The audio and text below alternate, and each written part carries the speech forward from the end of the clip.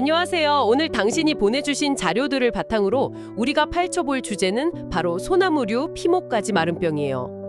그런데 이 주제, 시작부터 좀 이상하지 않나요? 자료를 보면 범인으로 지목된 곰팡이가 건강한 나무는 아예 감염시키지도 못할 만큼 약하다고 나와 있거든요. 그럼에도 불구하고 소나무들이 죽어나가고 있다. 이건 뭐랄까, 범인은 현장에 없는데 사건이 벌어진 것 같은 그런 미스테리죠. 오늘 저희는 이 약하디약한 범인이 어떻게 소나무를 쓰러뜨리는지 그 공범과 범행 수법을 추적하는 탐정이 되어보려고 합니다. 아주 흥미로운 접근이네요. 그 말씀대로 이 병은 무슨 강력한 병원균과의 전쟁이라기보다는요, 나무가 처한 환경이 얼마나 중요한지를 보여주는 뭐랄까 일종의 법정 드라마 같아요. 나무는 계속해서 나 지금 힘들다고 신호를 보내고 있는데 우리가 그걸 무시했을 때 결국 최악의 판결이 내려지는 거죠. 이 병의 발생 자체가 숲이 우리에게 보내는 경고 메시지라고 볼 수 있어요. 숲이 보내는 경고 메시지요? 좋습니다. 그럼 그 미스테리의 첫 번째 단서, 범인의 정체부터 밝혀주시죠. 이름이 꽤 어렵더라고요. 네, 공식적인 이름은 세낭균 페루기누스이라는 곰팡이입니다. 좀 더 큰 분류로는 잔앙균에 속하고요. 주로 소나무, 곰솔, 잣나무처럼 소나무과 나무들을 표적으로 삼아요. 하지만 앞서 말씀하신 것처럼 이 곰팡이는 아주 전형적인 기회주의적 병원균이에요. 스스로 문을 부수고 들어가는 강도가 아니라 문이 열릴 때까지 조용히 기다리는 좀도둑에 가깝죠. 문이 열릴 때까지 기다린다.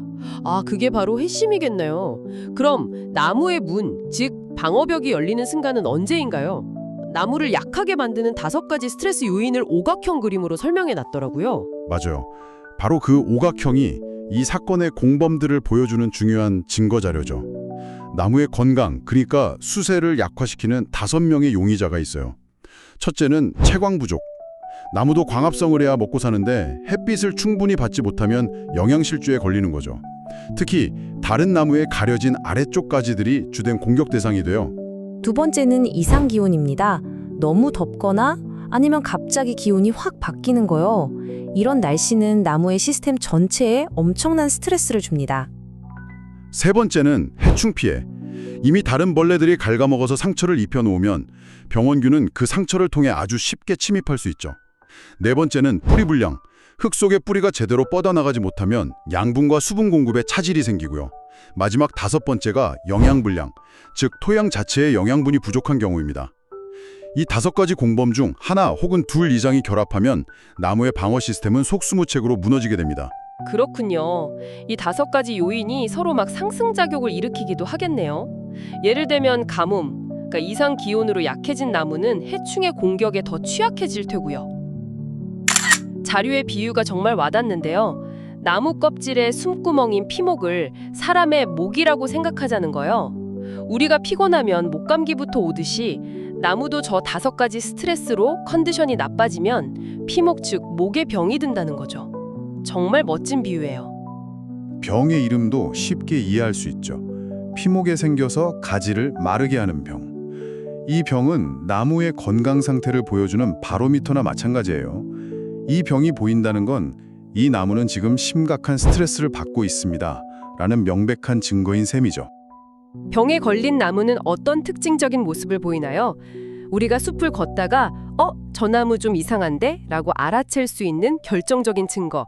그러니까 병증과 표증에 대해 설명해 주시죠. 네, 이 둘을 구분하는 게 중요해요. 병증은 나무가 아파서 나타내는 증상, 즉 피해자의 상태고요. 표증은 범인이 현장에 남긴 흔적이라고 생각하시면 쉬워요. 아하. 먼저 피해자의 상태, 병증부터 보면요. 보통 이른 봄, 3월에서 5월 사이에 2에서 3년생 가지들이 갑자기 젓갈색으로 변하면서 죽기 시작해요. 꼭 불에 그을린 것처럼요. 그리고 아직 살아있는 부분과 죽은 부분의 경계에서는 나무가 마지막 힘을 짜내서 저항하는 흔적인 송진이 흘러나오기도 합니다. 그런데 자료를 보면 다른 가지마름병하고 구분되는 아주 결정적인 특징이 있다고 강조하던데요. 이게 이 병을 특정하는 데 아주 중요한 단서라고요. 맞습니다. 이게 이 사건의 가장 중요한 목격자 진술이에요. 바로 솔잎이 갈색으로 변하는 순서입니다. 대부분의 다른 병들은 잎 끝, 그러니까 가지 바깥쪽부터 안쪽으로 말라 들어오거든요. 그런데 이 피목가지 마름병은 정반대예요. 솔잎이 가지의 몸통 쪽, 기부에서부터 시작해서 가지 끝 쪽으로 갈색으로 변하면서 떨어져요. 아, 거기서 그 비유가 나오는군요. 누군가 양손으로 목을 아래에서 위로 조르며 밀어 올리는 모습을 상상하라고요? 아래쪽부터 압박이 시작되니까 위쪽으로 증상이 나타난다는 걸 시각적으로 기억하게 만드는 거네요. 정말 기발한데요. 그렇죠. 그 방향성 하나만 기억해도 웬만한 오진은 피할 수 있어요. 나무의 몸통 쪽에서부터 바깥쪽으로 죽어 들어간다. 이것만 기억하시면 됩니다.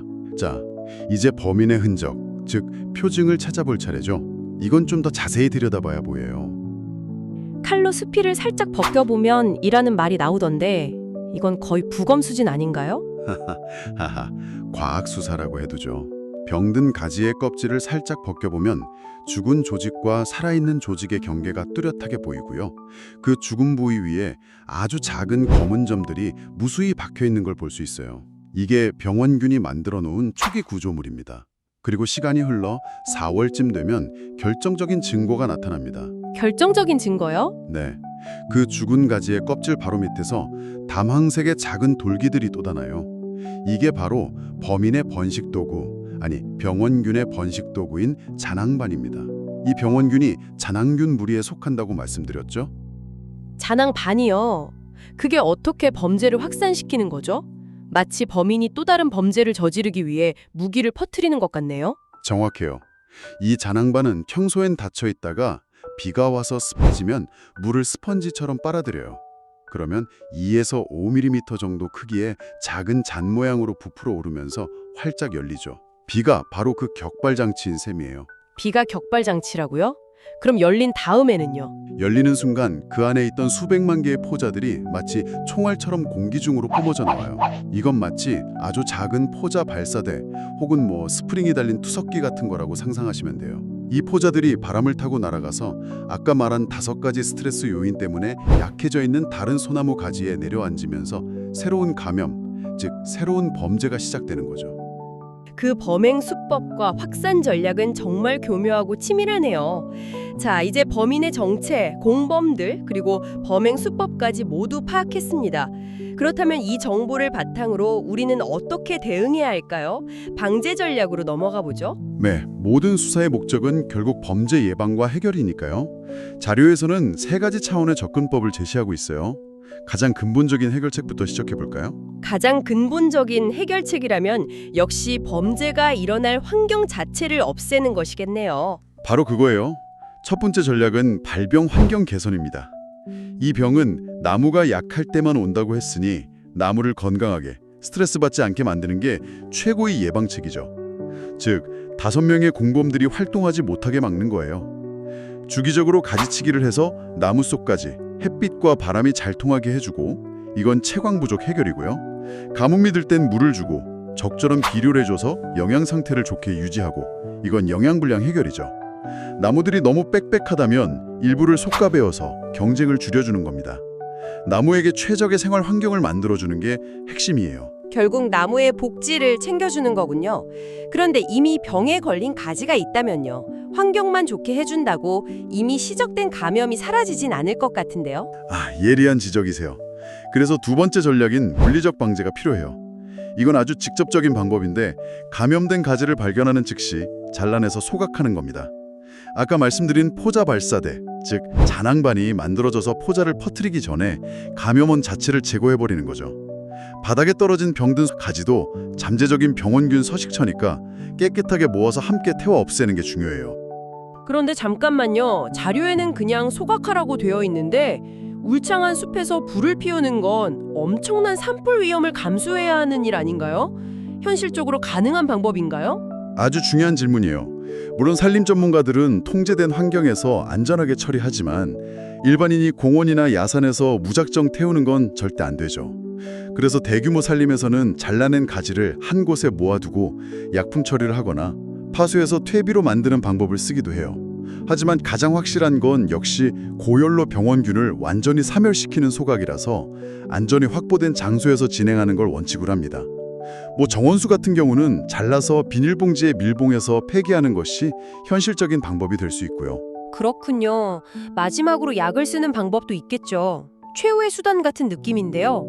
네, 세 번째는 화학적 방제입니다. 그런데 좀 특이한 점은 이 병에 대해 공식적으로 등록된 농약이 아직 없다는 거예요. 아마도 병의 발생이 매년 꾸준한 게 아니라 특정 기후 조건에서만 폭발적으로 나타나는 특성 때문에 제약사 입장에서 개발의 우선순위가 높지 않았을 수 있죠. 아니, 등록된 약이 없다니요? 그럼 약으로는 아예 방법이 없는 건가요? 다행히 그렇지는 않아요. 국립산림과학원의 연구를 통해 베노밀 수화제라는 살균제가 효과가 있다는 것이 밝혀졌어요. 이 약제를 1000배로 희석해서 수간부 중심으로 뿌려주는 방법이죠. 병원균이 주로 가지와 줄기에서 활동하니까요. 하지만 이건 어디까지나 보조적인 수단이고 가장 중요한 건 앞서 말씀드린 환경 개선과 물리적 방제를 통해 나무 스스로 병을 이겨낼 힘을 길러주는 것입니다. 오늘 이야기를 정리해보니 소나무류 피목가지 마름병이라는 사건의 전말이 명확해지네요. 이 사건의 주범은 세낭기움이라는 약한 곰팡이지만 진짜 배우는 채광 부족, 이상기온, 해충, 뿌리, 영양 불량이라는 5가지 환경 스트레스였어요. 결국 이 병은 나무를 공격하는 살인마가 아니라 이미 약해진 나무의 죽음을 앞당기는 저승사자 같은 존재였군요. 맞아요. 그래서 이 병을 마주했을 때 우리의 관점도 바뀌어야 해요. 어떤 약을 쳐야 하지가 아니라 이 나무는 왜 약해졌을까를 먼저 물어야 하는 거죠. 이 병의 유행은 우리에게 숲 전체의 건강 상태를 점검하라는 신호예요. 토양은 건강한지, 기후변화에 숲이 잘 적응하고 있는지, 우리가 숲을 너무 빽빽하게 관리하고 있지는 않은지, 그런 근본적인 질문을 던지게 만드는 거죠. 자료의 마지막 부분에 흥미로운 내용이 있습니다. 이 병의 피해는 특정 해에 극심했다가도 다음 해에는 언제 그랬냐는 듯 급격히 감소하는 경향을 보인다고 해요. 특정 조건이 맞아떨어질 때만 대규모로 발생한다는 거죠.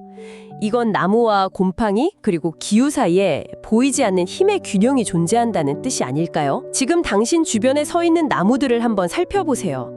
겉보기엔 평화로워 보이지만 그 나무는 어쩌면 지금 이 순간에도 건조함, 오염된 토양, 혹은 너무 가까이 붙어있는 옆나무와의 치열한 생존 경쟁이라는 보이지 않는 스트레스를 견뎌내고 있을지 모릅니다. 우리가 그 나무의 침묵 속 외침을 알아차릴 수 있을까요? 우리는 무엇을 할 수 있을까요? 한 번쯤 생각해 보는 건 어떨까요?